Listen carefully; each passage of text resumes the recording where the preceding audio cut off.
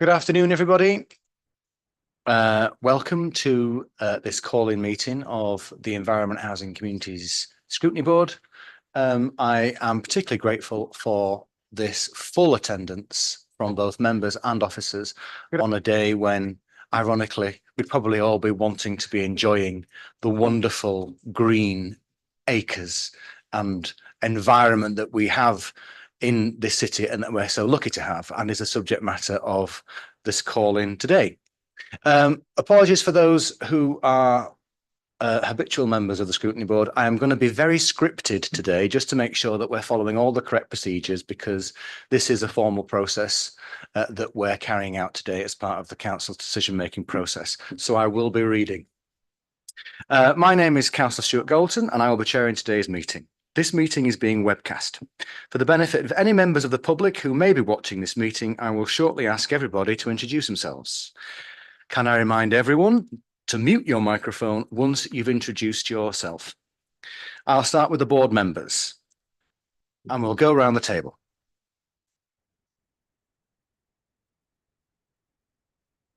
Councillor Kate Haig, Farnley Wortley Ward. Luke Farley, Labour Councillor for Bermondsey and Richmond Hill. Good afternoon, Councillor Abdul Hanan for Headingley High Park. Good afternoon, Councillor Adrian McCluskey for Farnley and Wortley. Good afternoon, Councillor Ray Jones from Horsworth, and I'm substituting. Good afternoon, Councillor Zara Hussain for Roundhay Ward. Good afternoon, Councillor Annie Maloney, Beaton and Holbeck Ward. Good afternoon, everyone. Councillor Andy Rontry from Kirkstall Ward. I'm here as a substitute today. Afternoon, Councillor Lou Cunningham from Armley Ward. Good afternoon, Councillor Sam Firth from the Harewood Ward, substituting for Councillor Norma Harrington.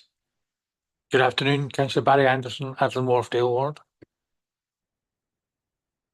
And we'll just introduce the officers that are supporting us today in our call-in. Good afternoon, I'm Angela Brogden, Principal Scrutiny Advisor for today's meeting. Afternoon, I'm Nicole Walker and I'm the Legal Advisor to the board today.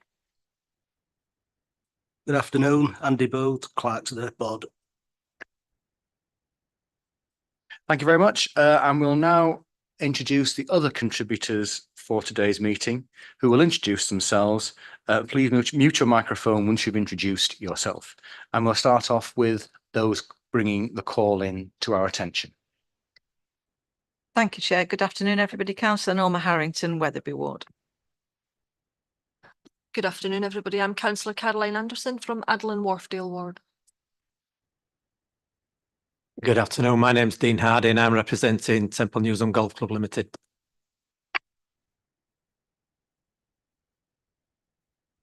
Good afternoon, Head of Legal Service, supporting the decision makers today. Good afternoon, James Rogers, Director of Communities, Housing and Environment. Good afternoon, everybody. Mohammed Rafiq, Exec Board Member for Climate, Energy, Environment and Green Spaces. Good afternoon, Polly Kirk, Chief Officer for Climate, Energy and Green Spaces.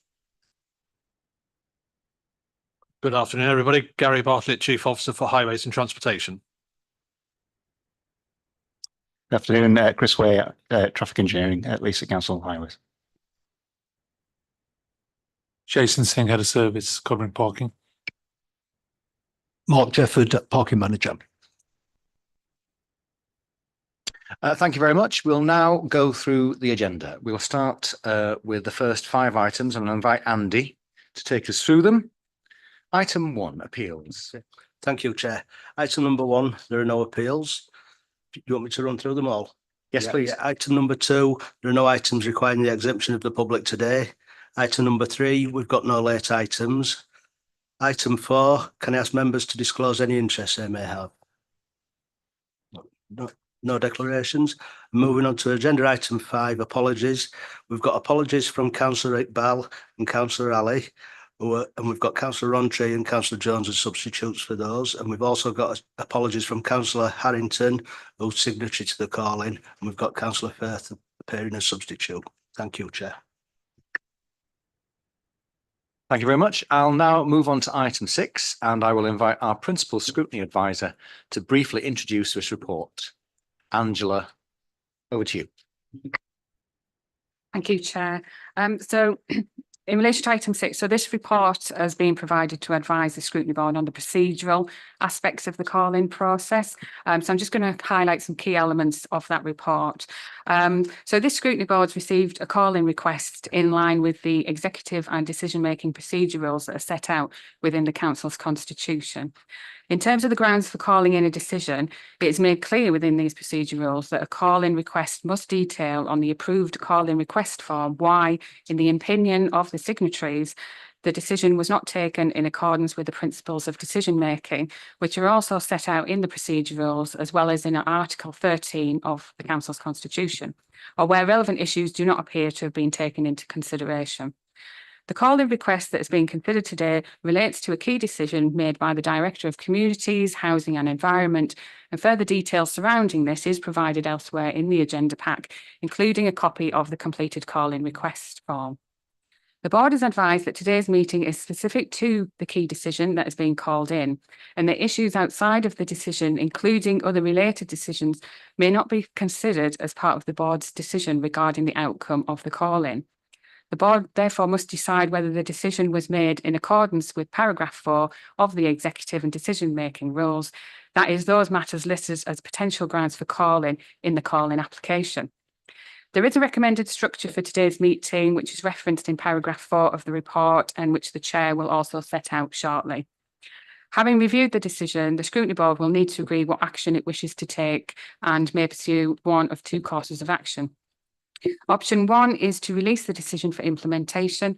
If the Scrutiny Board chooses this option, the decision will be immediately released for implementation and the decision may not be called in again. Option 2 is to recommend to the decision maker that the decision be reconsidered. If the Scrutiny Board chooses this option, a report of the Scrutiny Board will be produced and referred to the Director of Communities, Housing and Environment for consideration. The process for producing this report is also set out in paragraphs 12 to 16 of the agenda report. And if for any reason the Board does not agree with one of the above actions, then option 1 is adopted by default and the decision is released for implementation and may not be called in again. I'll pass you back to you now, Chair. Thank you. Thank you very much for that. Moving on to item 7.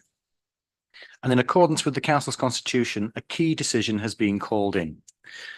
This decision was made by the Director of Communities, Housing and Environment and relates to car park charges in Golden Egg Park, Middleton Park, Roundhay Park, Otley Shevin and Temple Newsham. Within the agenda pack members have been provided with, several key documents are included. At pages 15 to 20, there is a copy of the completed call-in request form. At pages 21 to 24, you will find the delegated decision notice that it refers to. And at pages 25 to 66, you will find the report of the Head of Commercial and Estates to the Chief Officer Climate, Energy and Green Spaces, Chief Officer Highways and Transportation, and Chief Officer Elections and Regulatory. I am now going to outline the format for today's meeting. First of all, I will invite Councillor Harrington as the nominated lead signatory to the call-in to outline the reasons for calling in the decision and set out within the call-in request form. Any requested witnesses accompanying Councillor Harrington will also be invited to comment at this stage too. Can I request that all speakers focus their discussion on the grounds for the call-in and not the principle of introducing car parking charges generally? I will also ask contributors not to duplicate the same matters and to add value and detail to that which has already been said by other participants. I will then ask Councillor Rafiq and James Rogers to respond to the issues raised, noting that we do have other relevant senior officers in the room to whom James may wish to bring in too if required. Board members will then be given the opportunity to ask any questions and points of clarification of all participants. Once the board members have completed their questioning, I will invite Councillor Rafiq and James Rogers and then Councillor Harrington to provide brief closing comments having heard the board's discussion. The board will then be asked to vote to determine the outcome of the calling. Do I have any questions from board members on that? Very good. Okay, so without due hesitation, we'll go on to the business of today's meeting. So first of all, I will invite Councillor Harrington to outline the reasons for calling in the decision as set out within the call and request form. Councillor Harrington is invited at this point to also bring in Councillor Anderson and Mr. Hardy as her accompanying witnesses, as opposed to me having to do it for you. Okay, thank you. Thank you, Chair. Good afternoon, everybody. The reasons for the call-in, as outlined by the support chair, was due consultation, the taken professional advice from others, clarity of aims and desired outcomes, and an explanation of the options considered and details of the reasons for the decision. Now, in terms of consultation, we note that public consultation in the autumn winter of 23-24 revealed overwhelming opposition to the proposals. 80% disagreed with the proposal at Golden Acre and 84% at Otley Chevin. And there were also comparable levels of opposition to proposals for Middleton Park, Roundhay Park and Temple Newsam. Given the scale of public opposition to the plans, it raises questions about whether due regard has been paid to the consultation as part of the decision-making process. Furthermore, the feedback about Middleton Park proposals discussed in the 11th of March delegated decision appears to acknowledge car parking charges could discourage people visiting and gaining the benefits to health and well-being that the parks bring. As a result of that feedback, the proposals for that park were modified, yet the proposals for other parks remain the same. Have the responses to the consultation therefore been consistently applied? And would like to also know which groups associated with the parks were consulted, were there face-to-face meetings, and how many people actually attended those meetings? They're also concerned around the clarity of the aims and the anticipated outcomes of the decision. Likely unintended consequences of the decisions may be to dissuade potential visitors from using the parks and affecting the businesses that operate therein.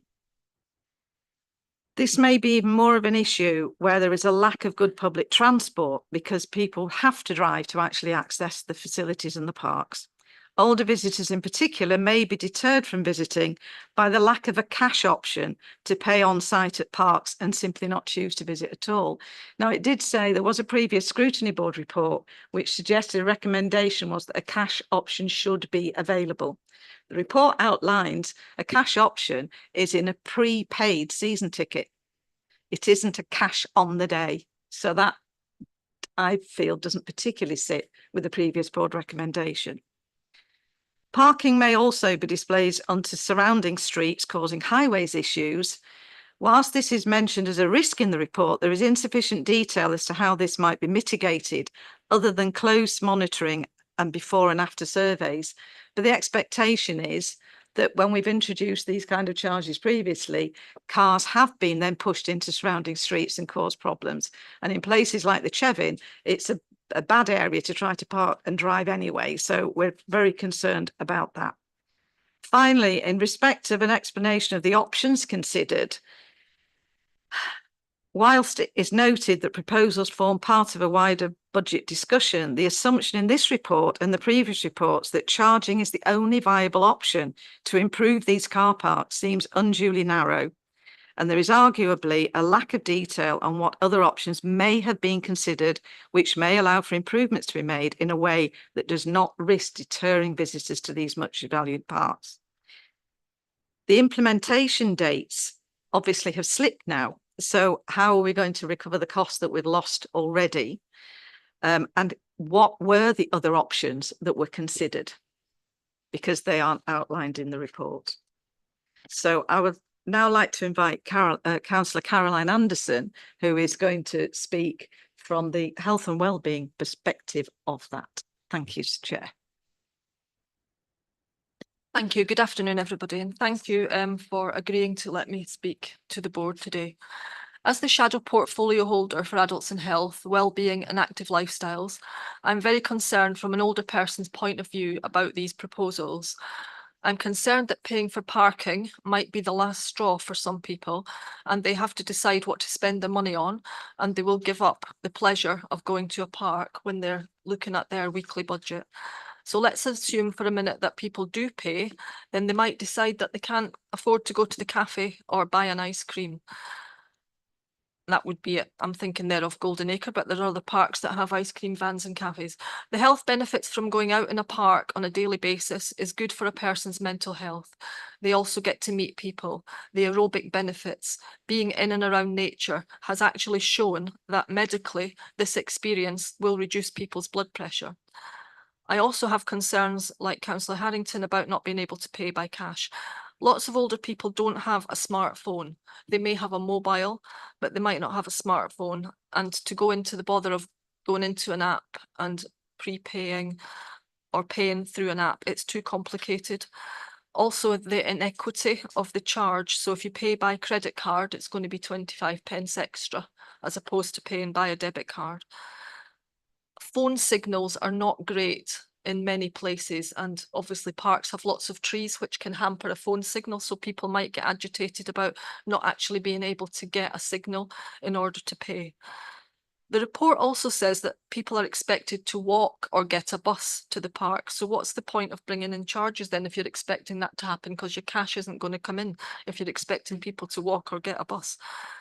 In terms of the cost of implementing the charges, I have never seen a business case for this decision. And I hope that Scrutiny Board has, and I hope that when you saw it, you were satisfied with it, because I've never seen one. So I hope that you have all seen one. There is no information about the cost to implement the TROs, the traffic regulation orders, which cost thousands of pounds, the cost of collecting the payments and sorting things out when things go wrong for people, the cost of enforcement. What loss of revenue has been calculated if high numbers of people buy a season ticket? What loss of revenue has been calculated if there are lots of blue badge holders using the park? What is the cost of bringing all the car park surfaces up to standard? What is the calculated cost of the loss of revenue to the cafe, which at Golden Acre, the council actually run the cafe? What is the cost to the council if that revenue doesn't come in? These are things that can actually be monetized, but there are health benefits that you cannot calculate the value of. Because of people using the parks, they may have less visits to their GP. Their blood pressure will be lower, which I've just mentioned. That will reduce the risk of a stroke or a heart attack. Mental health, lowering stress levels. I think this decision is a complete false economy and it hasn't been thought through. What is the view of the Director of Public Health? We heard at the Health and Wellbeing Board last week when the Director of Public Health brought her report, Ageing Well, Our Lives in Leeds, which set out the need for us to do things to help people when they get to retirement, to maintain a healthy lifestyle. And we're trying to close the gap between rich and poor in terms of how long people live in different parts of the city. I'm afraid that this decision goes against everything in that Ageing Well report. What is the view of the board that Councillor David Jenkins chairs? Have you asked them? The Age Friendly Board, have they been consulted? I will now move on to how people get to the park. So as I said earlier, the report makes a lot of the fact that people might walk or take the bus. Well, here is a fact. There is no bus service to Otley Shevin. You cannot get a bus there. It doesn't exist. There is no bus service. You would have to go to Otley and walk. And if you've ever tried to walk up the Shevin from Otley, you'd need an oxygen tank. It's really, really steep. So again, it's inequitable. Only people who are fit can use that option. I don't know how this decision got past the equality test. Your own screening report in the documents you've got actually picks up a lot of these points.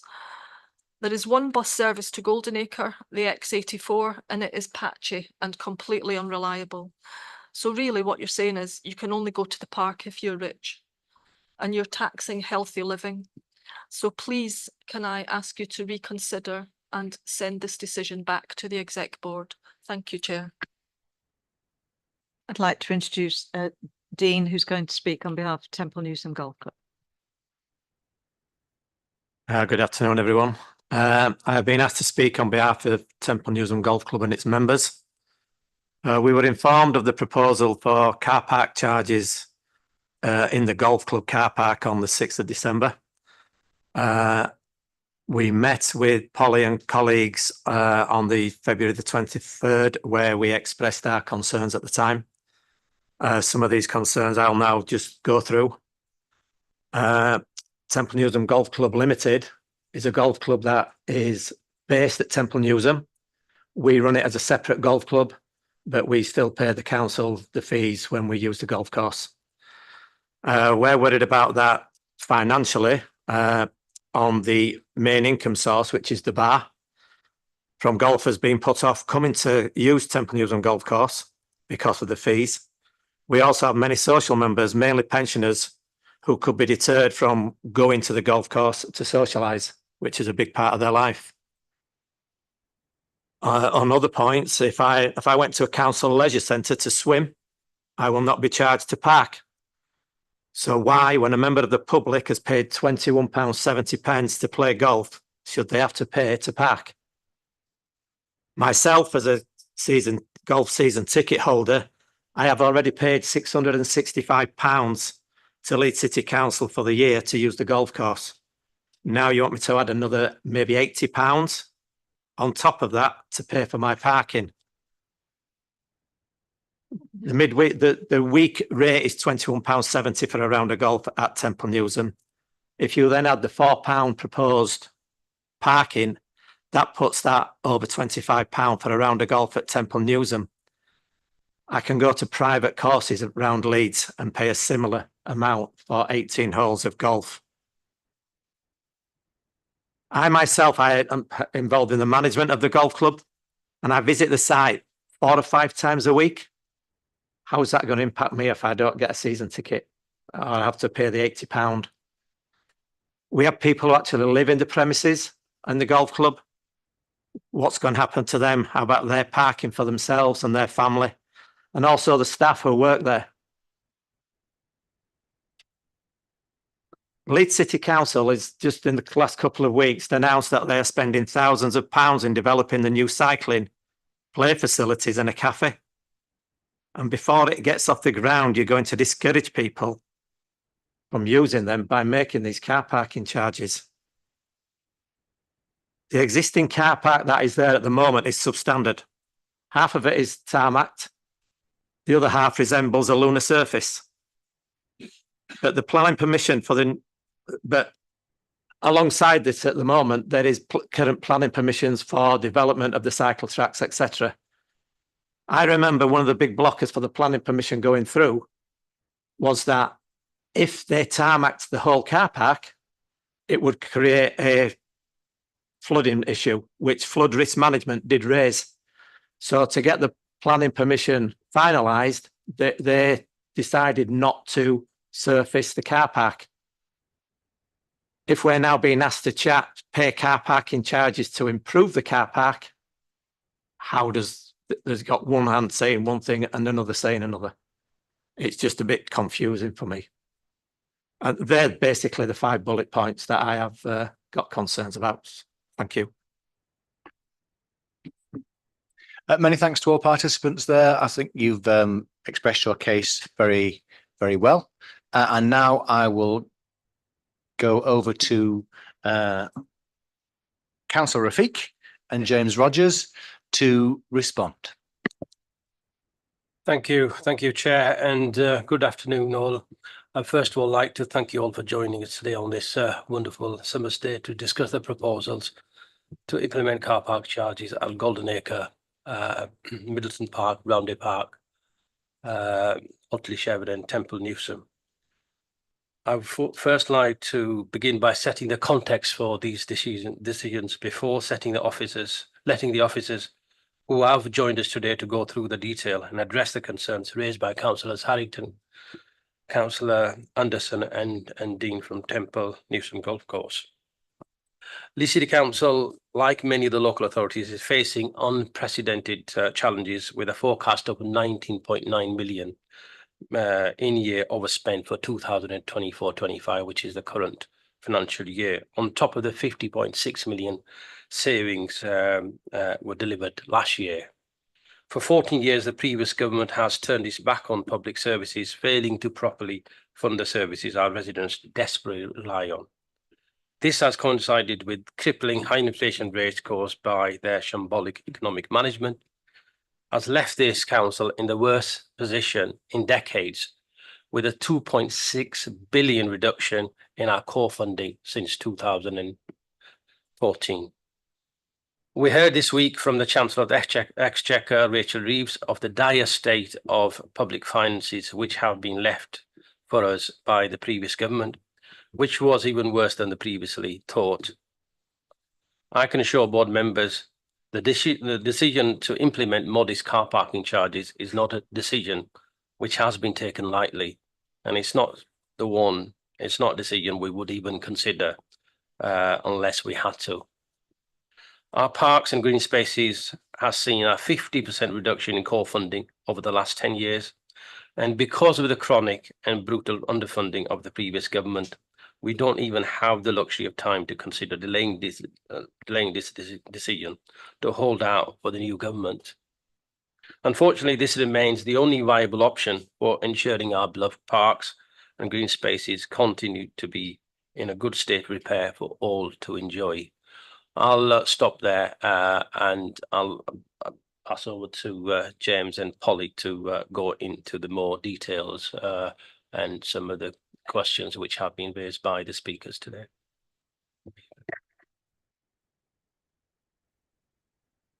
So just to set a bit of context in terms of the charges, so we've talked about which parks they cover. The charges will be introduced from 8 AM to 8 PM, and the proposal is there'll be £1 for up to 2 hours, £2.50 for up to 4 hours, and £4 for all day. There will also be an option to buy a monthly or annual season ticket. The annual season ticket has been set at £80, and that's the equivalent of £1.50 per week. Blue badge holders will continue to be able to park for free, and any income raised from car parking will be ring-fenced to improve the sites, including improving disabled access and providing enhanced cycle storage. Just picking up on the specific grounds for calling, our consultation was undertaken at the formative stages of proposals and was open to all to ensure the widest reaching participation, with both digital and paper copies being made available. Feedback has helped shape the current proposals. How many objected is not of itself a reason not to proceed with the proposal, but the consultation process ensures there is transparency in the proposal and input into how it is shaped going forward. Professional advice was also provided by legal, finance, highways and equalities colleagues. Within the consultation, there was a question asking for alternative proposals to fund the car park maintenance work, and within the responses received, there were no options that were considered viable. Circa half of respondents stated that the council should just stop doing something else. If that had been feasible, we would have already done it. Without a viable alternative, the only other option that will be left to the council will be to close the car parks as they reach a stage where they become unusable. This would have a worse outcome for accessibility and use of green spaces than the current proposal of applying a moderate charge. There is also evidence that due regard has been given to the representations received as proposals were amended in response, such as the introduction of the time-limited parking at the Oakwood Clock car park and the exclusion of the Middleton car park near to the visitor centre.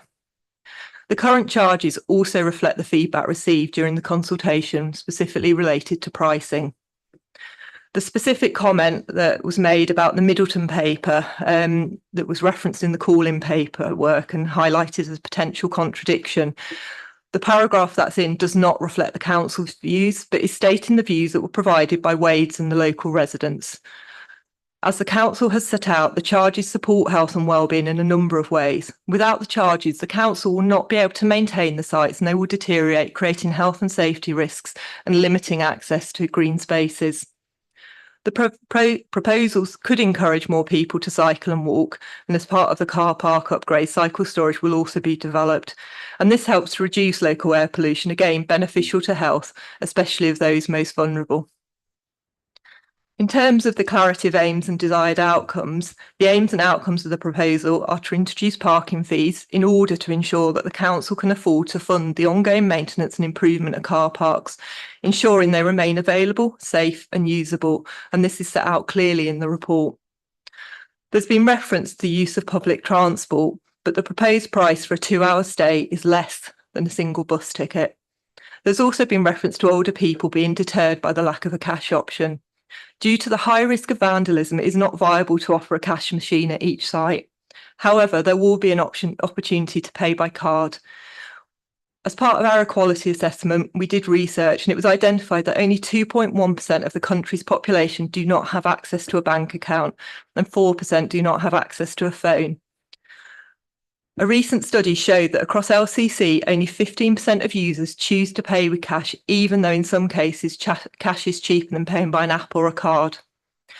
We also undertook analysis of data about deprivation that showed that more people didn't own a car or a van than were classed as the most deprived within several areas across the city. So it is reasonable to assume that those who are classed as the most deprived will not be impacted by the proposal. Despite our belief that lack of access to cash does not represent a substantial issue, the scheme is still designing an option to purchase both the monthly and annual season ticket in cash. The risk of traffic being displaced to surrounding roads has been flagged as a concern. The Highways Department is currently undertaking a series of surveys to capture the current position across all the areas that would be impacted. At 3 months post-implementation, the surveys would be repeated and any necessary measures implemented. The statutory consultation process also provides an opportunity for people to highlight areas where they think issues could be caused. The redesign of the car parks and the enforcement of car parking will ensure that the capacity of each car park is maximised and help to reduce the number of vehicles currently displaced to the road at peak times. And that's when you think about car parks such as Golden Acre, where actually car parking isn't currently maximised due to the way that people park. As with any new proposal, there is always the opportunity to review and tweak. In informal discussions with other core cities that implemented car parking charges for their equivalent green spaces, there was no noticeable drop in footfall or income. The service has a further savings target for 25-26 to contribute to the council's challenging budget position. Any additional revenue raised from non-parking activities, such as through our attractions or cafes, has to support the budget gap for the service and cannot be used to fund car park repairs. The service has already proved itself to be entrepreneurial and covers 2/3 of its budget by income generated. It has also already made substantial savings, reducing its staffing levels by almost 50% since 2010. And this has had to be coupled with a change in the way that our green spaces are managed. We now believe that we've reached a minimum service level and there are no viable ways to make saving without having to do more radical things such as shut some of our green spaces to public access. This would clearly be an option that would not be palatable to our residents or meet the aims of the council as set out in our Best City ambition. Just going on to some of the specific points raised, I was asked which groups. So a lot of the Friends group, so we have a list of stakeholders with each of the people who manage those parks. They were all emailed out and made aware of the consultation. If meetings were requested, those were fulfilled. So that was with volunteer groups, businesses that operate from those parks. So I can't provide you with a specific figure now because that wasn't specifically asked in the call-in, so I haven't prepared that specific answer. Talked about sort of the phone signal. So as part of the implementation plan, we will do a review of the phone signal. That will be done by the parking machine and look and see whether we need to do a boost.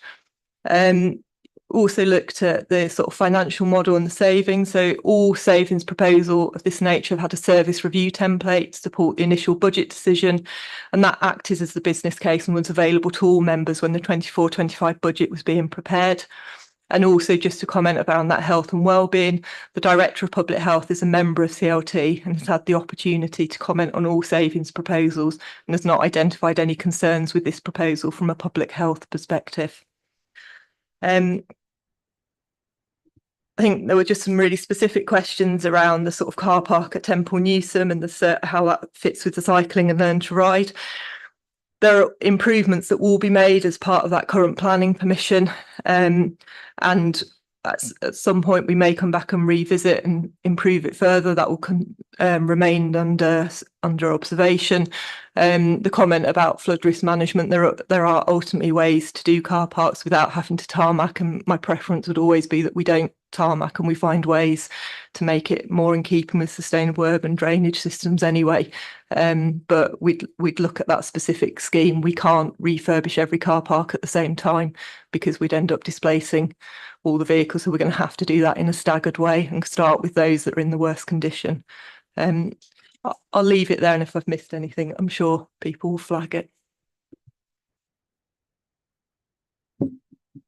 Thank you very much. I think that was an excellent response to the call-in request, which offered a lot of information which board members can now ask further questions on. I now open up questioning to board members on the information that they've received from both the call-in request and also from council officers. Who'd like to go first? Councillor Jones. I have a couple of questions and I have some concerns on where we have the facility not to pay by cash. 1.7 million people in the UK do not have a bank account. 20% of the over 60s do not have a smartphone. Can I ask how these people are going to pay?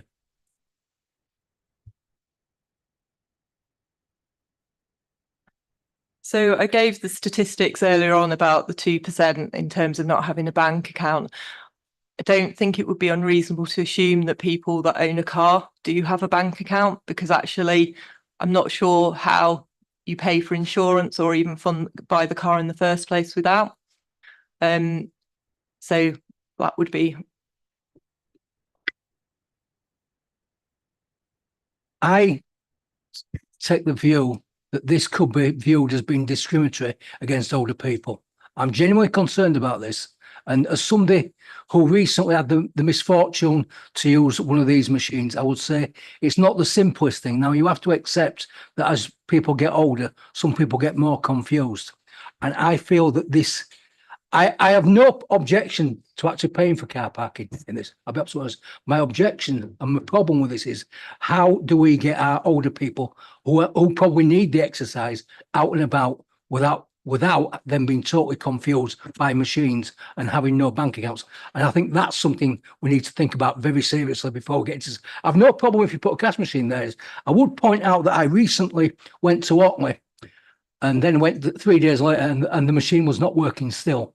That is another issue that I think we need to have a look at pretty carefully. Who'd like to respond? In terms of the machines being out of order, we are looking to put multiple machines in each car park to cater for that, to make sure that if one goes out of order, the other comes in. We've looked at the season tickets and cash and providing those in. So there's a monthly season ticket that's the equivalent of £10 a month that will be available in cash. And we're looking to provide that through some of our community centres, so not just the park, so that actually that's more accessible to local residents. We will also do a lot of sort of comms and engagements pre-launch, so that people are aware of what's coming and how they can do it, and they've got opportunities to ask questions and engage. Thank you, Polly. Councillor Anderson. Right, we'll start from the first one. You said that you gave us the information during the budget. That's not true, is it? Because I had to get the legal officer to come and sit beside me and Councillor Lamb and tell us we must not disclose the pink papers we were given with the information in it. So every member of council did not get that information at all. We were specifically told by coincidence by the legal officer present today that we must not under any circumstance disclose that information. So how can that be? So let's just go on from there, because I've got a whole raft of things that I feel. Could we cover that point first, please, Okay, Councillor Anderson? Thank you. Just to confirm that the executive summaries of all service reviews were published with the Executive Board papers in accordance with the budget proposals. The information that Councillor Anderson is referring to is the detailed reports behind that, which all members had a right to ask for, but in particular, the Conservative group did ask for, and they were provided that on a need-to-know basis. So that is the information you're referring to, Councillor Anderson, but all details in an executive summary were published and are in the public domain. I'm sorry, but executive summaries are by their very nature one person's summary of a situation. Doesn't mean to say it is the only summary. Somebody else could summarize it differently. But anyway, let's park that one and let's go through the rest of them. The general, one of the selling points that you are just about to go through in terms of increased housing numbers is access to green space. That's one of the criteria that's going to be looked at, is how close you are to a green space. You are actually going to be in these areas that you've identified, developing housing and reducing down the capacity for people to be able to go to there, because in fact you're going to be taxing them. If you want to have a house here, you're going to have to pay for the privilege of living in the area. We then go on, what the parks that you've chosen are all citywide parks. They're not local parks, they're not pop-up parks. So when someone's coming to this great city and they want to come and visit one of the green spaces, they don't necessarily know in advance that they have to have a degree to understand our parking system. People want to come up and visit. You've picked the parks that are our key parks, the ones that every single one of us in here are proud of these parks, and you are taxing people to go to that. We're trying to promote more people to come to this city. You are then coming forward with a measure to try and restrict people coming to the city, particularly if it's older people. If some of those older people who are coming to enjoy the gardens and the open spaces, they won't necessarily know in advance, oh, I should have gone to the one-stop shop before I go there in order to buy my ticket. You are precluding people. The business case still hasn't been made. You still haven't set out how much income you're going to generate from each area, what the costs are of maintaining those parks, what the costs are of enforcing it, what the costs are of providing the additional investments that you're going to make, what the costs are of collecting the revenue, what the costs are of how you're going to chase up the money, how you're going to decide when someone goes out to a car park. You've got people there who have bought a season ticket. You've got some people who are being exempt because they've got blue badges. You've got some people who because I understand when it comes to Temple Newsome, you are considering putting it in the actual cost of the round. So you've got some people turning up, parking the car park. How the devil is Mr. Jefford's staff meant to know who has and hasn't paid? And if you then start issuing tickets to people who have paid, we're going to have all sorts of bad publicity. So if you didn't do it, the cost of doing that is going to be disproportionate to the amount that's collected. When you did your business case, how many people did you assume would only be staying for up to 2 hours? How many people are you assuming that are going to be staying for half a day? Have you even defined half a day? On a golf course, for example, some golf courses, it can take you 4 to 5 hours to play a round, depending on the number of people who are also playing at the same time. Is that going to be classed as a half a day rate or a full day rate? You know, you're halfway around the course and all of a sudden you've got to think, oh, I better go and refill my car parking up, which all of us probably have to do at some time or another when we're out and about with car parking charges. The rationale, you've never once explained what the rationale is behind this, not at all, because the alternatives, there are plenty of alternatives. If you ask residents what alternatives there are, they'll come up with them. Ask the various political parties, they can tell you what the alternatives are. There's sponsorship for a start. You could ask where there is a Friends of group, ask the Friends of group, what ideas have they got for being able to do it? What funding can they get access to? How can you work with these people? You've never set out what mitigation you've got to all the issues that have been raised by the consultation. You know full well I sent you in about 700 or 800 comments from residents, which were detailed comments, which weren't just yes or no comments. They were detailed breakdowns with their particular concerns. You've not answered any of those. You've the financial challenge. Oh, we've got a financial challenge. I thought, and I'm sorry to everyone here, I thought once we got rid of this nasty Conservative government, the world was going to be perfect from now on. There's not. Councillor Rafiq goes on about the financial the financial challenge. The world has changed. You've lost it. You've got the money now. You're getting the money. You were promised the money. So why do you still need it? It's halfway through the year now. If you actually needed it, you would have had these charges in from day one. So as soon as the new financial year started, Councillor Anderson, yes, your critique is comprehensive.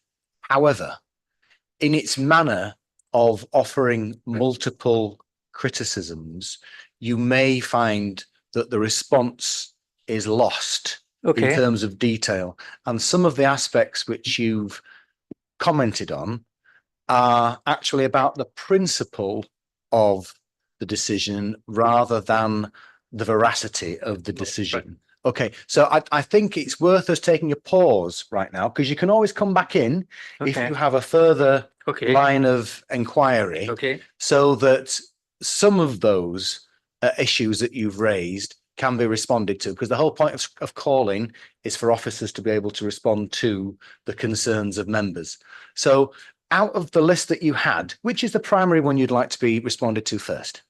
Why the business case has not set out how much you are going to be getting from each car park individually, how many people are all going to stay for an hour, 2 hours, 3 hours, how many people you're expecting not to need to pay at all because of the exemptions you're putting in, and how much that reduces down the overall budget figure that was set out in the budget that was approved at full council. We can start with that one. Okay, thank you, Councillor Anderson. So that was the issue of who has done the business modelling and to what level of detail happened. So who would like to respond to that question? So in terms of the business case, it wasn't done in terms of, 100 people will stop for an hour and things, because ultimately you have to implement the decision to see what the outcome is. So it was done on a blended approach. So we looked at what we thought per parking space. We looked at the number of parking spaces per each park. We looked at what we thought the average tariff would be per day. We've tried to be relatively conservative in terms of what we think that will be. And then we've looked at actually what are likely to be the spaces sold per day. And so on certain parks, so for example at Round Day, that would be anticipated to be higher than somewhere maybe like Middleton, where that car park, if you were to go there on a weekday, actually wouldn't be that full.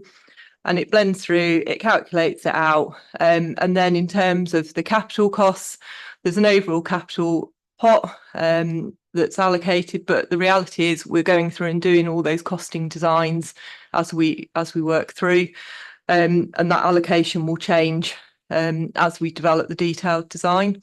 So I think with any scheme, and like I said in my introduction, we will always have to come back and revisit.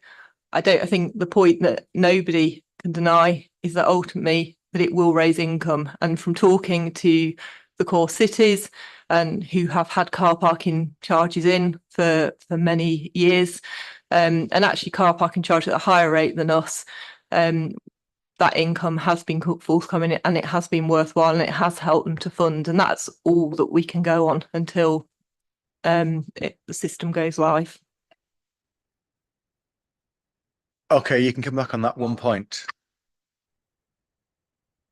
How many of the core cities have got the same size of green areas around them? Manchester certainly doesn't have, Nottingham doesn't have, Bristol doesn't have, London doesn't have. So where are those cities with comparable green space and access to the number of parks that we are rightly proud of in this city? As in comparison with other cities, where have they put charges on their green parks as opposed to car parking for leisure purposes, which is totally different? So within the report, there was a table set out with the specific parks where that happens. I'd have to go and Google if I'm totally honest. So Birmingham, it was Cannon Hill Park, Nottingham, Wallington Park, Manchester, Heaton Park, Sheffield, there was numerous, Graves Park, Endcliffe Park, Mills House Park and Hillsborough Park. And so I think, you know, the point that people coming from other places will be taken aback is probably unlikely if they're already paying for it within their own core cities. Thank you. Can I just follow up on that in terms of if this model has been pursued elsewhere, then the business modelling that Councillor Anderson was referring to, it's obviously happened somewhere else. So you should have some idea at what point the investment made into charging infrastructure, etc., actually breaks even, and at what point your income actually delivers the outcomes that you need to fulfill your car park maintenance budget. I'm not aware what the car park maintenance budget is currently. Could you highlight what that is, and also offer assurances that that business modelling, which is happening elsewhere, is something that we're taking into account?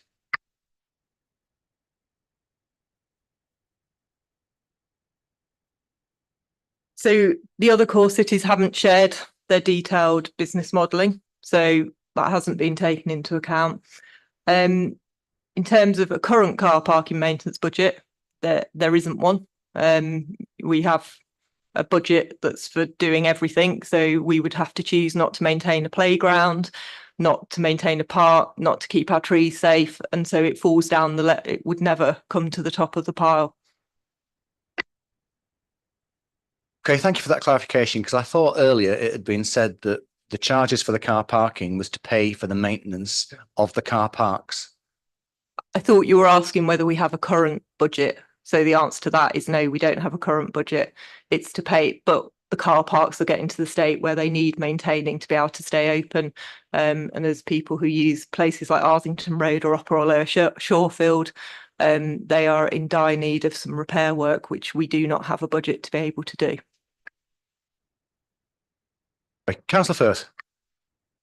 Thank you very much, Chair. And further to Councillor Anderson's line of inquiry, can I ask, was this purely a desktop exercise in terms of research engaging with our core cities, or was it that we actually met and discussed with them about how they've implemented charges in the past?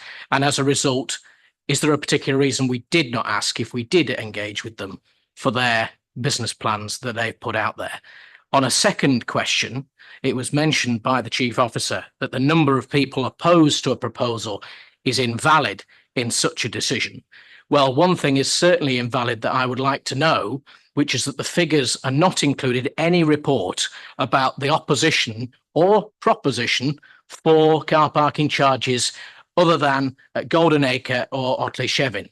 Temple Newsham, Roundhay, Middleton, etc. are not included, and I appreciate to clarify what those figures were. Thank you.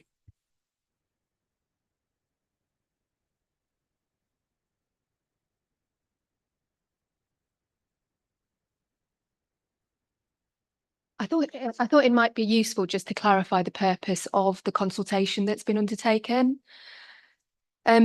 Legal advice was taken quite early on when the consultation was proposed for introducing these charges. And it's really important that when you're undertaking consultation, that you do it at a very early stage, and that there's full participation. And Polly's set out very clearly the methods by which consultation was undertaken. And there was no predetermination in that process. It was to enable full participation, and also to give some intelligent consideration to those responses. Now, I think it's quite clear from the report, notwithstanding there is objection to the proposal, you are not automatically bound by those consultation responses. What you are bound by is having an intelligent consideration of those matters that arise from the consultation process. Equally, I'm sorry, would you like to clarify the question? Because I'm answering a question which might not be the point that you're raising. That's not a problem. I fully respect your legal opinion. What I'm trying to say is that what the line of which you've taken was not the point of the question that I raised. And at no point have I actually said that there was any predetermination. Okay, thank you, Chair. Carry on, Nikki. Those really were my points. And I think it's clear that the consultation responses have been objectively assessed.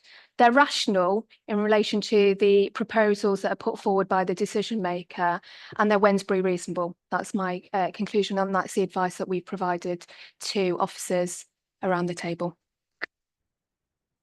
Thank you. Councillor Rowntree. Thank you, Chair. I'd like to put a question to Councillor Anderson, if I may, and also have a question for the officers. Councillor Caroline Anderson. Councillor Caroline Anderson, yes. Right. Thank you. Councillor Anderson, I believe when you were speaking before, you used the phrase, I'm sure you don't intend this to be interpreted literally, that you'll only be able to go to the park if you're rich. Now, it just sort of strikes me that the level of charges that are being proposed are not they're not huge, and they're not huge in comparison to the cost of running a car. I think, and you consider to run a car, obviously you have to the capital cost of the car, you have fuel, you have insurance and maintenance. I would have thought all of these things would be much more significant than the parking charges, and car parking, I'm sure, for motorists is a fact of life. It's something I'm always conscious of myself. I mean, I can understand that it might be a sort of some people's calculations of what they can calculate. It's not impossible that somebody would conclude, oh, I don't want to go to the park because I've got to pay car parking. There seems to be an implication, though, in the sort of the drift here that usage is going to fall off a cliff, and as a result of bringing in charges, and I really can't buy that. So I'm just sort of wondering what you're basing that on. The idea that somehow that the use of the park will plummet. I doubt whether it will make it will be decisive for a large number of a large proportion of people. Just wondered if you could speak to that, please. Just have a difference of opinion. Sorry, I think that it will be the straw that Sorry. breaks the camel's back. Just a sec. Councillor Rowntree, can you turn off your mic? Councillor Anderson, can you emphasise whether or not what you're proposing is actually based on any data or anything empirical? There's lots of things. What we hear day in, day out, council meeting in, council meeting out, is how much people are suffering with cost of living. And this could be for a lot of people, just the end of what they can afford. So the usage will drop off, or people will just park somewhere else and not bother to pay, or they'll just skip the charges, or they'll just think they can get away with it. I just do not think this whole thing just does not stack up. And you can have your opinion and I've got my opinion. So I don't have to justify my opinion. Thank you. Councillor Firth wishes to come back in. Thank you, Chair. The reason I wanted to come in, and I appreciate you bringing back in, is I fully appreciate the legal officer's opinion on consultation. I asked some very specific questions, which is engagement with our core cities, which the chief officer raised. And I wanted to know what engagement that was, or whether it was a desktop exercise in terms of research to actually understand what was happening in those core cities. Because from what it says, I fully appreciate and I hope that it was proper engagement. And then also it was mentioned that people opposing was invalid. But the problem is that in those reports, we have not got the figures for how the public who responded to those consultations actually viewed the parking charges at Roundhay, at Temple Newsham, at Middleton, etc. And my question is, when I've asked that question once, why were you not able to answer that question now, then, and hopefully you'll be able to answer it now? Who'd like to come back? Councillor Peake? Yeah, thank you, Chair. I think Nikki's made it very clear in terms of the purpose of the consultation. And I must say that we've actually, some of the suggestions put forward by the responses, we've taken, or quite a few of the suggestions. For instance, charges or disabled access will not be, and people who have a disabled badge will not be charged. And there are many others, and Polly may be able to elaborate on that. I think with regard to other core cities, it's not, we do talk to them, we consult them, but it's not always possible to kind of have or share. They're not bound by share their information with us. So I think to go, and back on that, and again, I'm not really sure where you taking this, Councillor Firth. I think there are going to be a lot of health benefits, Chair and board members, for people who will be able to, walk, or encourage more people walking, like we do to schools and in the morning, young people and families, and many other destinations, including, sports centres, and I think Councillor Anderson mentioned that, and cycling as well. So there are, other ways people and people could actually will be encouraged to get there. I think one of the suggestions in terms of the consultation we've taken on board is, which Councillor Jones mentioned early on, was around how people who haven't got a bank account will pay. And we are constantly looking at how and one of the ways is people will be able to pay a weekly or monthly season a ticket, which will be prepaid by cash. And we will be looking at a multiple of locations going forward where people will be able to purchase those.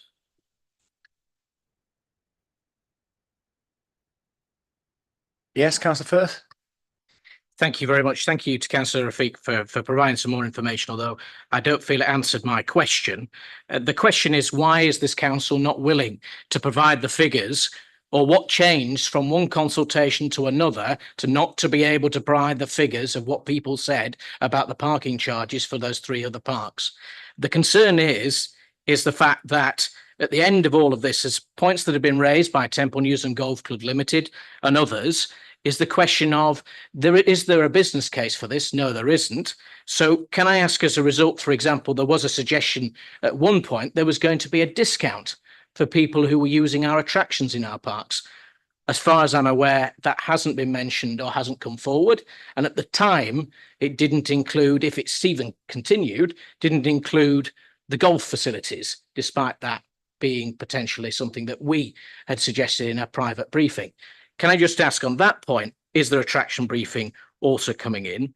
But the main point that I also want to raise is that it's been mentioned about Round A and Temple Newsham.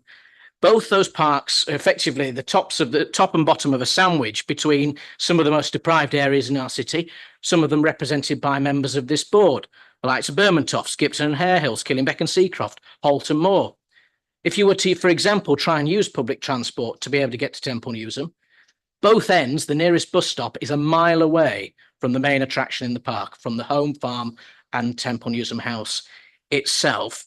So can I ask, as a result of that, is there a particular reason that has been mentioned about discounting for attractions? And also more generally, can we have those figures about what the views were on the parking charges in the first place? So you can certainly have them. I think the data has been analysed in every which way, apart from the one you're asking. So somebody's just getting that for me as we speak. So by the time the meeting comes to an end, I'll be able to provide it.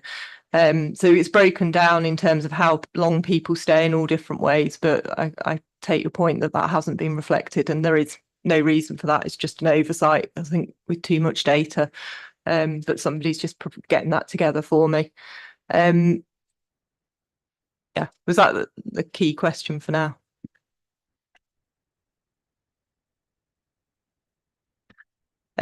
So I think we have to remember we are still with it now, that the point of this decision is that we go back into a statutory consultation process.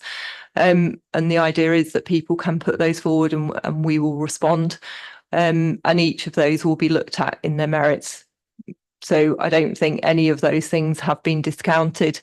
But it will be looking at each individual case as they come forward. So for volunteer groups or for attractions. Councillor Firth. Thank you for that. I am a little bit concerned because I know that the attraction discount has been something that's been mooted for a while. Don't get me wrong, I don't want there to be charges in the first place, but this is coming ahead and that's not the purpose of this scrutiny inquiry. And therefore, I want to make sure, as for example, we've got here Temple Newsham Golf Club, there's Roundy Golf Club as well. Both of those are in the heart of urban communities. And the concern is that if potentially people are going to have to be charging there, that therefore their businesses may slide or suffer. And also there has been very public reporting on particularly the very much closer to some of my colleagues, including Councillor Rafique's ward, of the concerns of the businesses in the mansion at Rounday, among others, in terms of the impact on their business by doing forward. And my concern is that we've not already addressed this potential pitfall before potential implementation in September. The question is here that a number of people have asked me as a ward member, there is a big concern, for example, with just a couple of years ago in 21-22, there was a spending of around about £65,000 in the Temple Newsham ward directly to do with illegal camps that were taking place. And the concern is that when we can't actually get a figure of how much we're going to raise from the parking charges, whereabouts actually the fact that we're wasting money on actually allowing illegal activity and then actually charging people who are coming and want to make sure they can use the park freely. Can I ask as a result then, why we have not come to the stage of the attraction discount? And more importantly, as has been raised by one of the witnesses here today, why is there a particular view that we should be charging for golf facilities, in particular when they are known across the board and across the market to be generally cheaper and more accessible for those people to want to enter the sport in comparison to some of our other sports facilities across the city?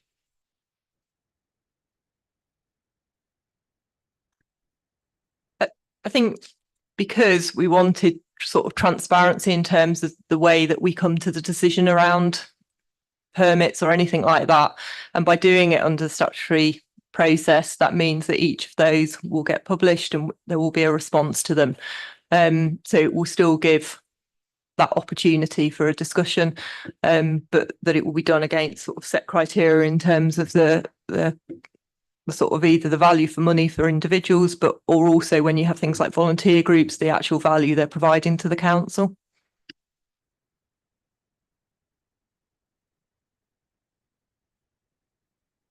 Are you happy with that response? Because there's another aspect that we wish to put clarification in, Councillor Firth, in terms of what you asked for earlier. Okay.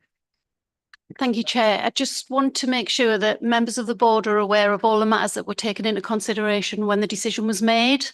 So you've got the report, the delegated decision report, but you will note within that report there are background papers. So background papers are information that are published at the same time as the decision, and they are information that are taken into account when the decision maker makes their decision. And if you have a look in your agenda pack at page 29, at the bottom of that delegated decision report, there are two links, one to car park charges Golden Acre and Otley Shevin, and the other to car park changes Middleton Park, Roundhay and Temple Newsham. If you click on those, they take you to the consultation reports, and that covers, I think, Councillor Firth, a lot of the matters you were saying that weren't included, but clearly the decision maker has taken that information into account when they made the decision, and that is what the board needs to have consideration to when they decide whether they're of the view that the decision is properly made or not. Thank you. Thank you for that clarification. Councillor Anderson. Oh, sorry, I beg your pardon. Councillor Haigh. Yeah, thank you, Chair. My questions relate to those who are bringing the call in today. Obviously, the aim of this decision is to provide funding for the maintenance of the car park. So have you considered what the alternative, i.e. not being able to maintain those car parks would be, and how that would impact people, and how that impacts people in terms of potential damage to vehicles, etc., with the costs there? I did do a bit of research as well, and places like Birmingham at Sutton Park and Cannon Hill Park has I mean, I suspect they don't have the data because I cannot remember a time when they didn't charge for some of those attractions.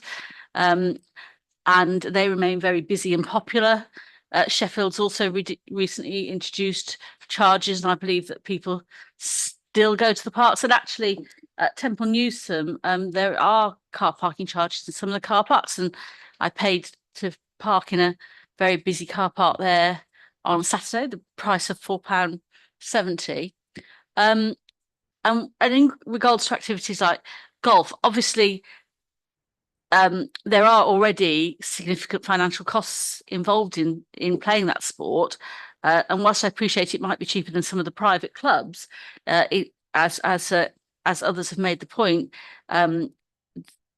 the car parking charges proposed are relatively low. So in what way is that going to be that small charge the difference, especially when there's the ability, if you are a regular, to buy the season tickets, which would provide a considerable discount? So so really my main point is, is this really saying that the decision is not made on proper grounds, or are I actually just really opposed to the introduction of charges at all?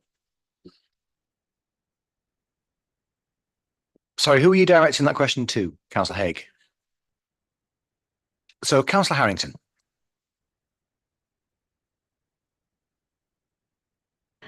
Thank you, Chair. Yeah, I think it's already been stated that there were, at the budget stage, that we weren't asked for any other options. There are people that could be consulted, and Polly has already said that they spoke to some groups, but did they actually ask them for alternatives that they could actually introduce? What my colleague up here suggested, that maybe if we spoke to, or not us, but if the officers spoke to the volunteer groups, they may well have some contributions to make on that basis. I'm not opposed to car parking charges per se. The point is, has the decision been made taking into account the consultation and the responses that we got from people? Because I don't think that it's effective, and I don't think it's very fair to say that because 80% of people across the board in the report actually disagreed with it, that we should just discount that and say, well, we don't care what you think because we're just going to introduce it. So that's the point about the consultation, whether it was done appropriately and correctly or not. That's it. As far as the issues with Temple Newsome Golf Club are concerned, I think Dean would be better off answering that on the issue about your charges and whether it's going to mean that people aren't going to attend the things that they actually have on at the golf club. I can go to a private golf club, get membership for £1,000. Cookridge, Leeds Golf Club. How the golf club works at Temple Newsome is if I pay my season ticket, £665 a year. I also pay £210 a year to be a member of the golf club. Now you add £80 on car parking, you've took that total over £1,000. You are deterring people will take the option to go to better quality courses than Temple Newsome. It's in a good condition, but the private clubs are better. They're more maintained better. And people will do that, will take that option. And that's what the option you're giving them. And people are they use cars. To go play golf, you need your car. You know, golf clubs, you can't put them on a bus, or you can with difficulty. So you are creating an environment where you're discouraging people to use the council facility. Now, if these people stop using the council facility, for the sake of earning £4 in car parking, you're going to lose £21.70 in revenue for that person. And a few times that by how many, who knows what the reaction will be to this. That's what you've got to, the council put their prices up of the season ticket and golf exactly the same as they do the council tax. There's no consideration made to any consideration. It just goes up by that amount. And you are now getting to the stage where you're getting into private club fees to be comparable with Temple Newsome. Councillor Anderson. I'll ask some of these precise questions again. What is the cost of enforcement and the breakdown? Can you ask them one at a time, please, Councillor Okay. Anderson? Right.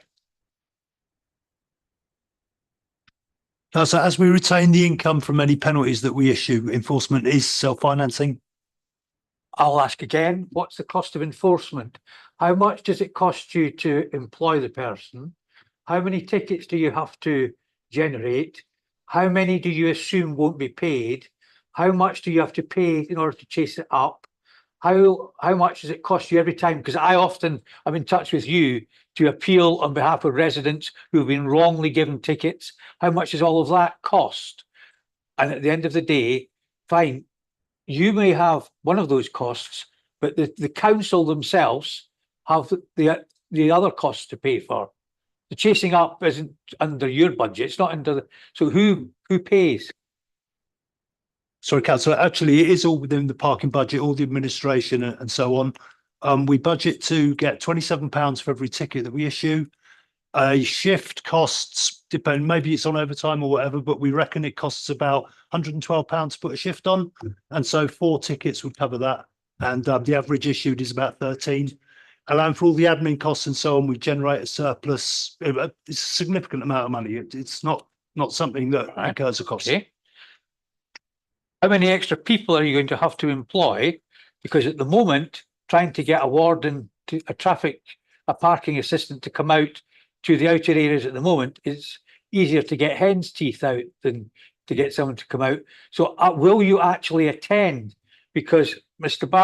Bartley's colleague who meets me regularly about highways introduces yellow lines, and one of his biggest frustrations, as well as mine, is the fact that he goes ahead and does it, but there's never any enforcement. He then gets asked to explain why are the yellow lines still in existence if you're not going to enforce it. Yeah, we have had trouble covering all the districts recently, but we've just taken on another 5 people, and we did have difficulties recruiting for a while, but we believe that's eased off. In the districts, it is more difficult to cover wards like yourselves, councillor, because there aren't that many lines and there's not really a district centre. So, we go very often without actually issuing any tickets. Right, fine. Question 2. You still haven't addressed the issue of how someone would get to Otley by public transport.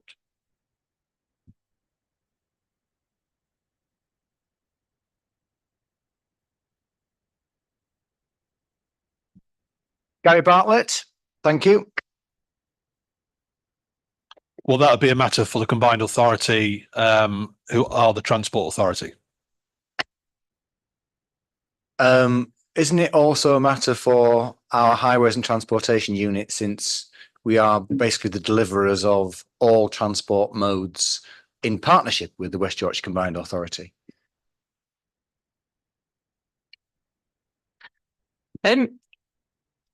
You can get there by public transport, but like it was mentioned earlier, you'd have to be quite fit in order to be able to walk. My own children have done it, so I know it is feasible.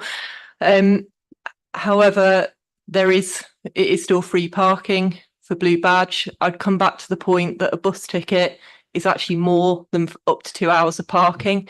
So if someone were to choose not to go and pay the £1, then they'd be unlikely to get a bus instead. So actually the fact that there isn't public transport to Otley Sheving shouldn't in effect be a barrier, because we've introduced car parking charges. Okay, right, fine. Walking. How at the inquiry into Supertram, the director of development at the time was asked, how long would you expect someone to walk, sensibly walk? How long should the average person be expected to walk in order to access a service? In your view, how long should someone someone walking in order to access one of these parks? Councillor Anderson, I'm not sure that's a judgment which is pertinent to the. Well, they say that the people are going to walk. On paragraph, to get the exact paragraph 4, there are benefits to on page 26. There are benefits to the highway network of introducing car parking charges, as it would encourage more people to consider walking. That's what it says in the paper. That's not my view. If you try and walk from Adel to Golden Acre, do you think that's a reasonable distance? do you think it's reasonable to walk from over the bridge in Otley up to the Cheven? Do you consider that to be a reasonable distance to walk? Councillor Anderson, I'm not sure that the subjective opinion of a council officer is appropriate, because for each individual it would be different in terms of whether or not it is appropriate for someone to choose to walk as opposed to take a car or a bus or a taxi. Fine. The next one. You mentioned in your presentation that the money is going to be ring fenced. You then said it wasn't going to be ring fenced. Is the money going to be ring fenced? So in other words, all money generated in Otley will stay in Otley. All money generated in Roundhay will stay in Roundhay, etc., etc. Or are you going to pool it and use it elsewhere? It's ring fenced against the parks that are included within the car parking proposal. I don't remember saying that it wasn't ring fenced. It is definitely ring fenced. Thank you, Polly. Councillor Anderson, have you got any more questions? So when the statutory consultation takes place, as those of us who are heavily involved with highways know, that if they get someone raising an objection, they have got to write to that person, giving reasons why they feel that objection, they've got mitigation measures in place. And then you then have to write to the person and ask them if they're now willing to withdraw their objection.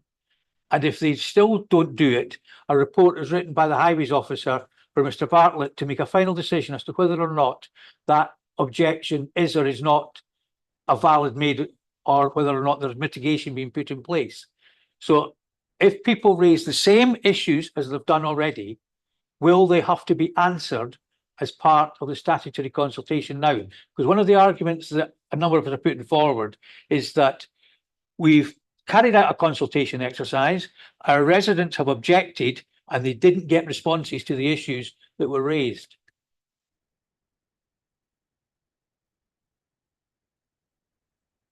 Thank you, Councillor Anderson. As part of the statutory consultation process, it's entirely through the process that you've set out. They will be responded to in relation to the matters raised, and that will be presented to the decision maker as to whether it's accepted or overruled. But that will go through its own statutory process alongside the regulations that govern that.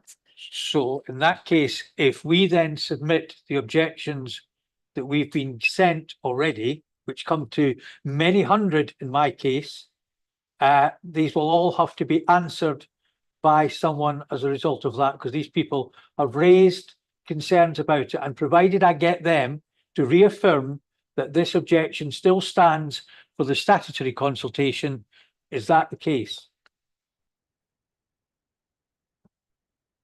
Once the statutory consultation process starts by the advertising of the order, people will have to write in again. And for absolute clarity, a report will be produced summarising the comments that are made as best as they can be. And if there's you can imagine if there's a large number, that's quite difficult, but there will be obviously a very detailed attempt to summarise the principles of the objections and comments made for the decision maker to consider in their decision. Thank you. And the final thing is, can you outline the types of responses that would be taken to be non-applicable? What types of responses from individuals would be termed that's not a valid, although they've made an objection? It's Councillor Anderson, it's impossible to do that, and we've got to preserve that opportunity of members of the public taking part in the statutory consultation.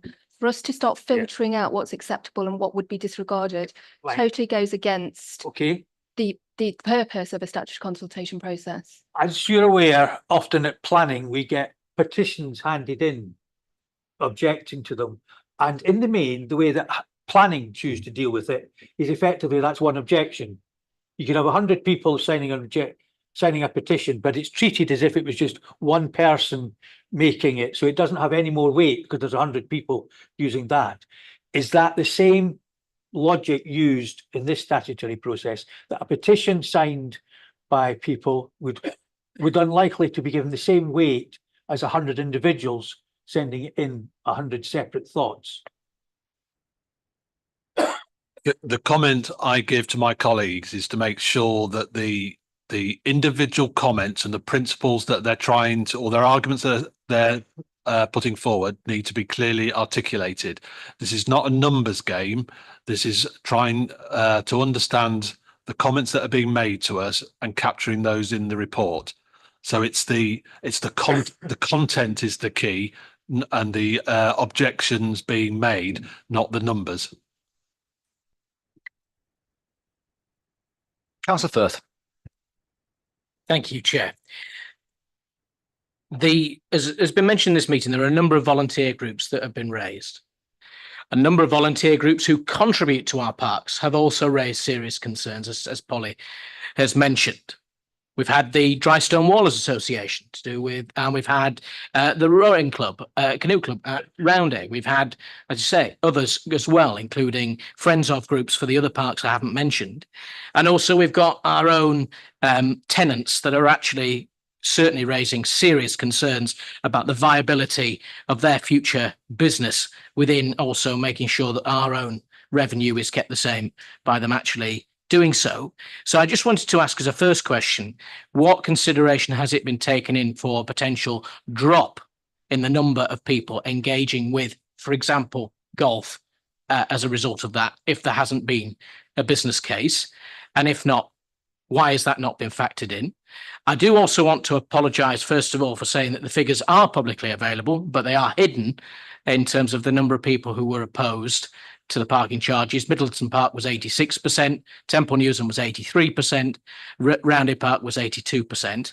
Given that people were already consulted in the previous budget consultation between December 22 and the budget in 2023, and 72.5% of the comments opposed, then proposing to put in the same parking charges, how can we be sure that, if also has been mentioned that it's invalid for the number of people to oppose to have actually come in, why should people continue to contribute to these consultations if they feel that their voices are not going to be listened to?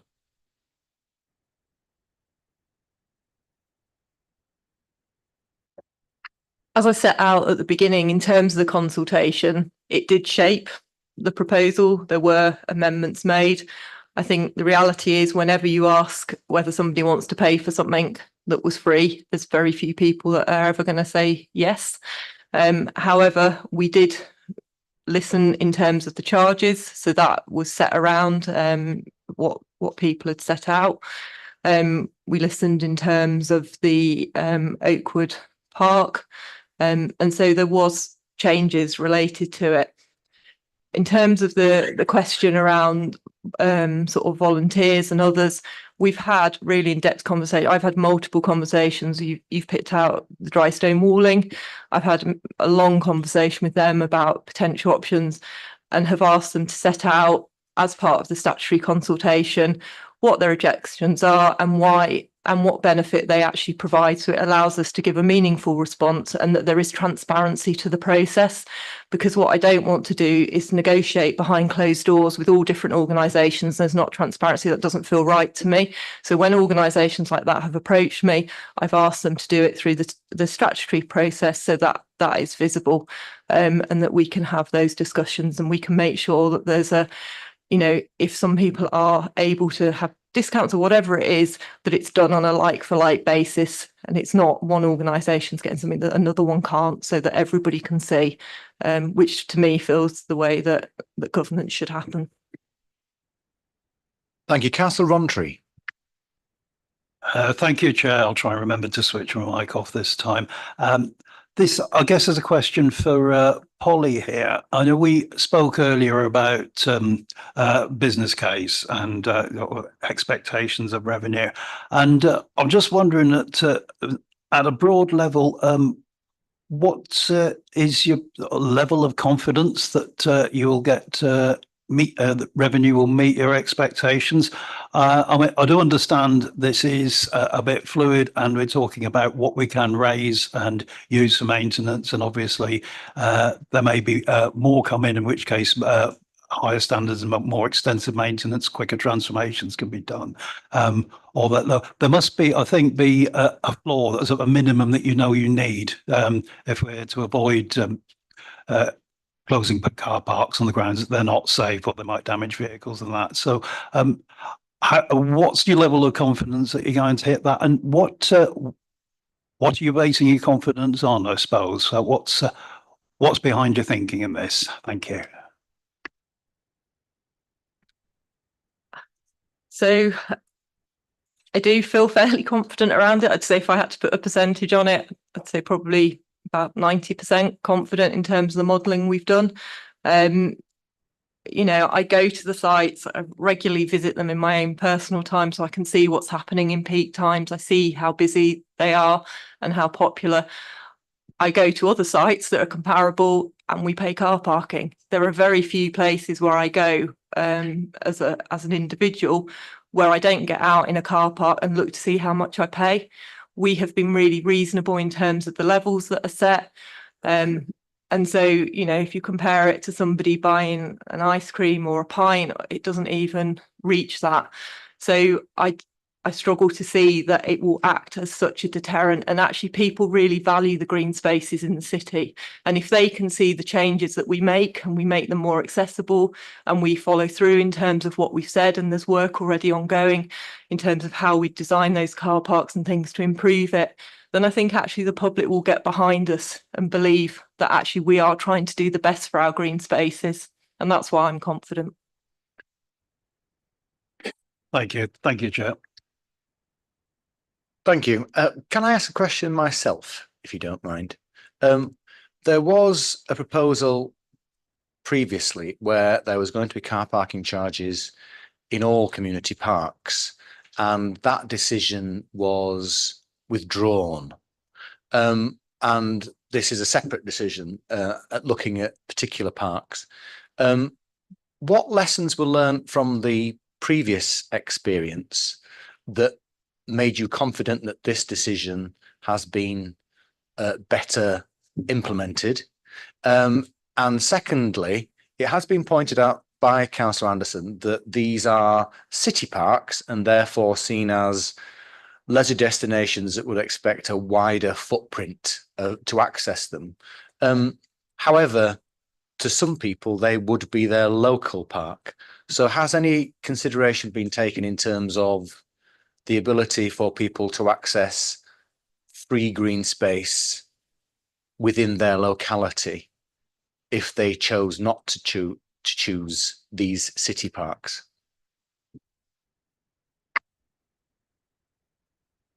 Chair, I'll come in on that one because I don't think Polly was the chief officer last time we brought the original proposal. So the original proposal that members chose not to go forward with was a much broader proposal and was very different to this one. So what we've done with this one, obviously, is we've focused upon the key parks within the city and developed a business case around that. I think the community parks are very different and bring a range of different issues, and therefore this has been progressed in a more detailed way and in a more focused way on these particular parks. Upon the second point around the local park provision, I don't know if Polly wants to come in on that specific point. I suppose it'd go back to the point that if it is your absolute local park, most people would be able to walk to it. If you can't walk to it, then actually you have got the blue badge option. But actually, if you live in the vicinity of Rounddays, especially a park that's so large, actually you probably can walk to it. Otherwise, you've got another more local green space. Thank you, Councillor Firth. Thank you, Chair. I've asked a lot of questions in this inquiry. And one question that was quite interesting, given what you just mentioned there, is we've obviously got a witness from Temple Newsham, and if we take that, that's quite unique. The fact is that the question was asked earlier, why is it that those particular facilities are potentially being dealt with a parking charge in both Roundhay and Temple Newsham golf clubs? but also the fact that there are potential new facilities coming at those, including cafe, and also this is at Temple Newsham, and cycling options as well with brand new cycle lanes. And also from personal experience, no particular work has ever been done to try and block off people from just walking onto these facilities rather than paying. Is there a particular reason why those facilities have been chosen instead of other facilities? Not saying that I would support putting parking charges at leisure facilities, but that's one question that has been raised that hasn't been particularly dealt with. And also, in terms of looking at this more generally, I just wanted to ask as well, I've totally lost the trail of thought, and I'll come back to it after answering that question. Thank you, Polly. So our analysis is based on, I suppose, our need as a service. So I can't answer for active leads and the decision-making processes they're going through. For us, I don't feel like we've got anywhere else to go in terms of reducing the service and making sure we maintain our green spaces, and having an income in order to be able to contribute. So, you know, I'm looking at what's within the remit of the climate, energy and green spaces, and how we make sure that we can come in on budget and deliver, but also make sure that the facilities are of a decent standard. We're meeting our health and safety obligations. We're not creating liabilities for the council. And unfortunately, a lot of the car parks are in a really poor state, and we need to do something about it. And we are at that crunch point now. Thank you, Polly. The question I was going to ask in addition to that is, for example, taking Temple Newsham as a good example, there is another new facility coming with the play barn that's costing more than £4 million. And obviously there's been fire damage that's delayed it. The proposal with that implementation is also to increase the cost of how much it would be to get into home farm at Temple Newsham. And then in the future, it's highly likely that those fees are going to raise. So can I ask, is there any way in which you're able to explain why, if we don't have any particular example of the continuing increase of fees and the implementation of these charges will not have a detrimental impact on the attractions themselves, and therefore undermine the actual revenue that we're actually trying to raise, and ultimately also continue to run these facilities?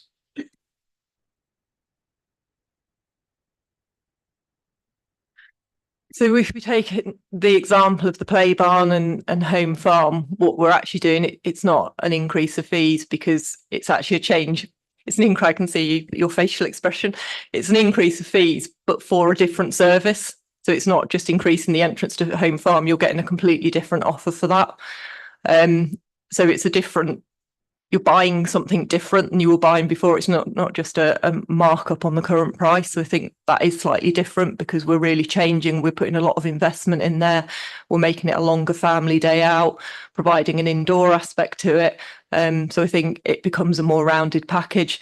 Again, I'd go back to the point. I would hope a lot of local Leeds residents actually will see the value in paying £80 for the annual pass. I certainly will. It's £1.50 a week. When you think about other outgoings that you have, it's really quite minor. So if you are a regular user of the different parks and facilities, then actually you will get that back. That £80 is across all the different facilities. So if you go to Golden Acre, or to Otley Shevin, or to Roundale, Temple Newsham, or Middleton Urban Bike Park, it will cover you for all of them. So actually, when you think about, you know, kids during school holidays or something, actually that gives you 5 different facilities you can go to for £1.50 and actually take a picnic. There's loads of things going on. So it feels reasonable in terms of the way that we've set the charges.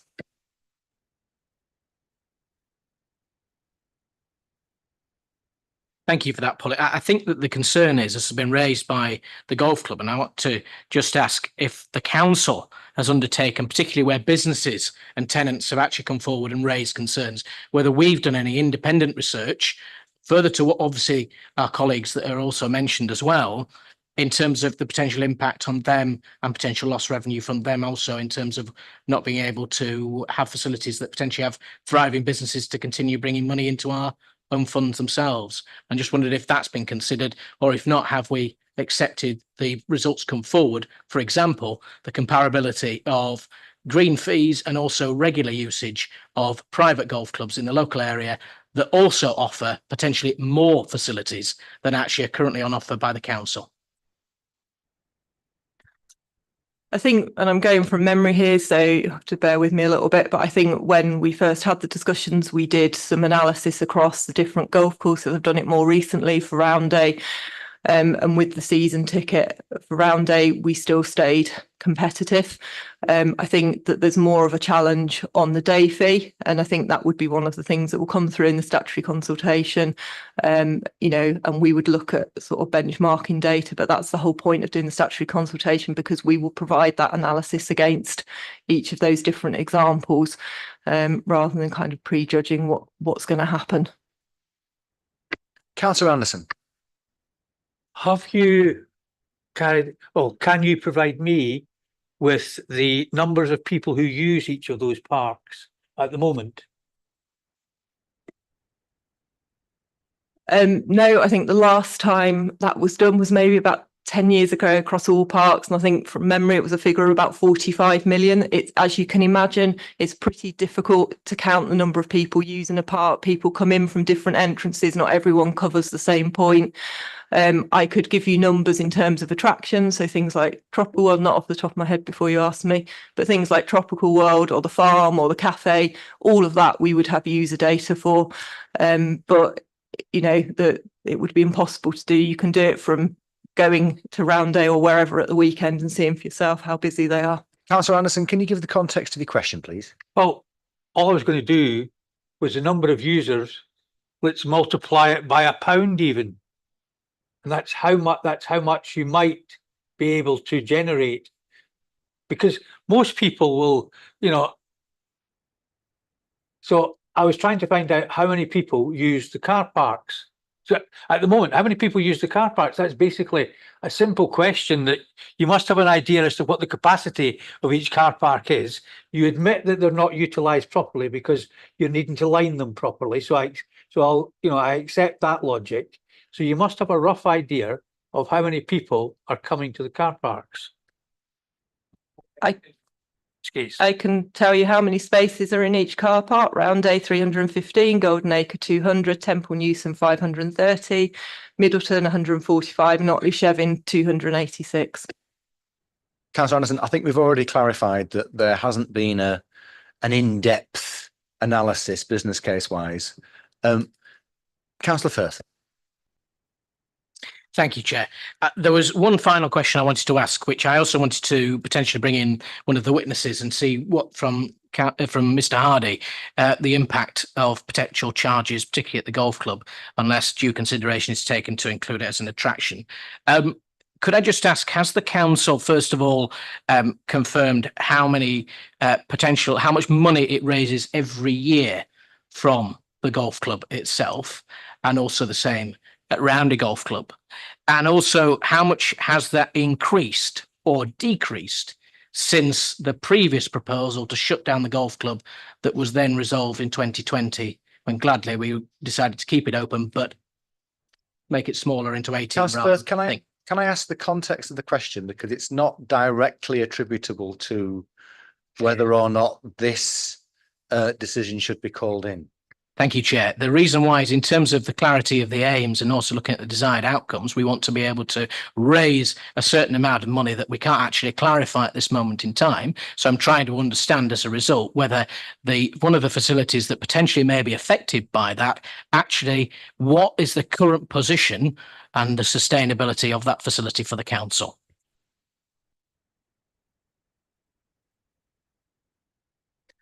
I can't give you the data. I haven't got that on to hand, but I know that from a golf perspective, we make a minimal surplus, and part of that will be because we don't put all the costs against it. Some of them are kind of within the overall operation of that estate rather than the grounds maintenance.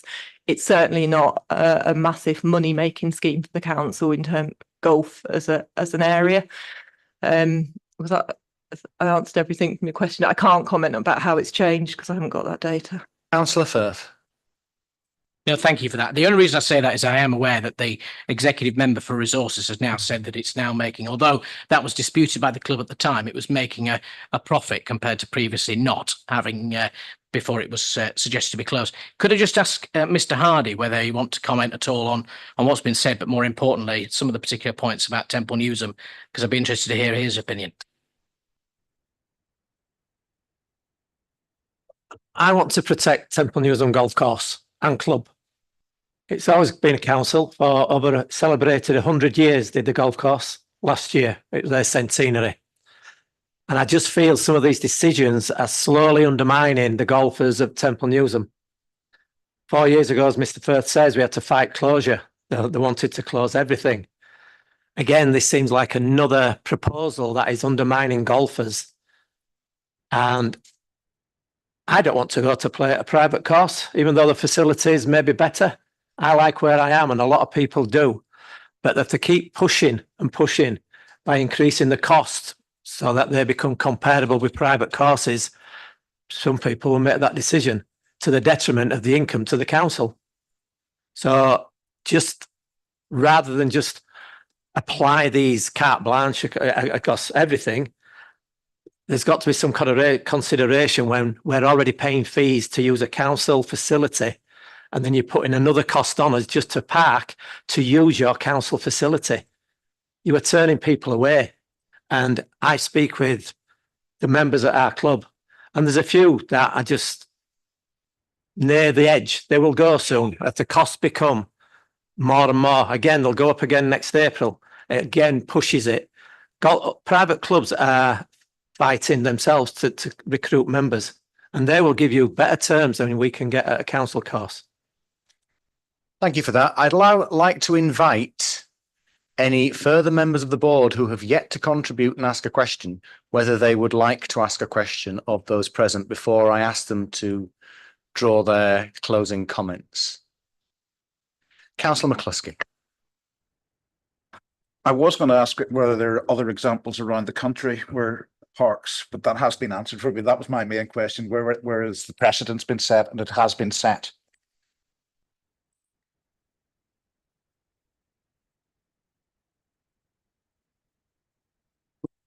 So to follow on from that, it would be useful, I think, for officers to come forward with further information on that in terms of our future scrutiny of such income generation schemes within the council, separate to what we're discussing here today at the call-in.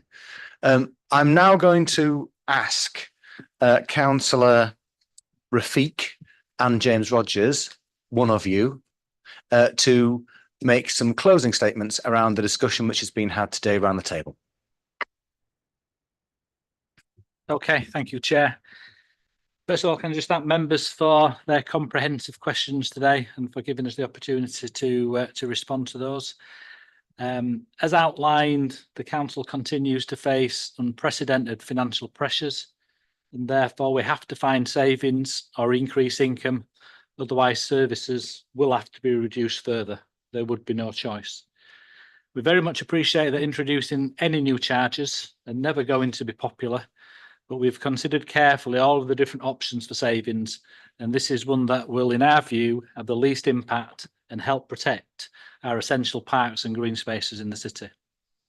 We've carefully considered responses through the consultation process, and as Polly has outlined, we've made some changes to our approach. The charges we are proposing to introduce are modest, with the option of monthly and annual season tickets that can be paid for in cash.